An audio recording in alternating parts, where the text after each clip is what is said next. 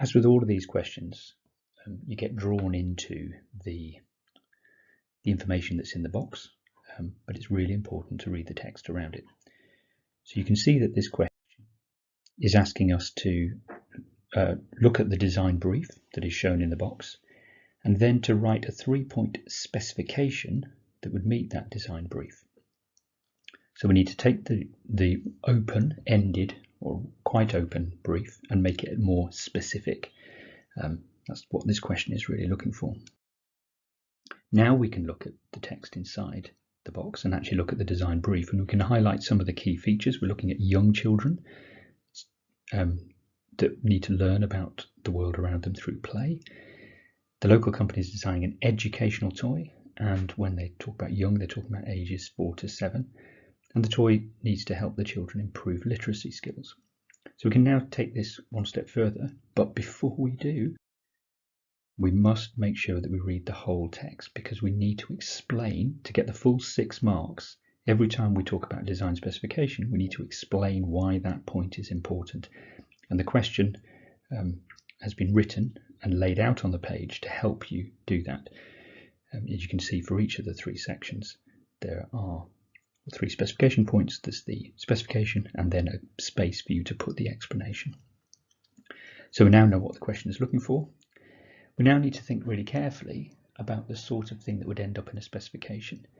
Now, some of you may have used the phrase Access FM, or you'd be looking at sort of aesthetics and cost, and there's a whole bunch of different specification points that we could include here. So these are just some that you could use. These are just some examples. There's no, they aren't the only correct ones. So as an example, the product should use bright and bold, attractive colours. Why? So that it will appeal to 4 to 7-year-old children. Those bold colours will draw their attention, and they're more likely to play with a toy. Another possible is that the product must have no sharp edges. You'll notice in the first one I talked about should use bright bold colours, but there is absolutely no reason for any product that is being designed for children to have sharp edges. So what? So that it will not injure children playing with it. And you can see how the phrase "so that" really helps with the explanation here. Another example could include, the product could include letters that can be arranged. So in the first specification point, I talked about the product should use bright bold colours. The second one, it must have no sharp edges. And this is the final one, because we're being a little bit specific, almost too specific here. The product could include letters that can be rearranged. Why?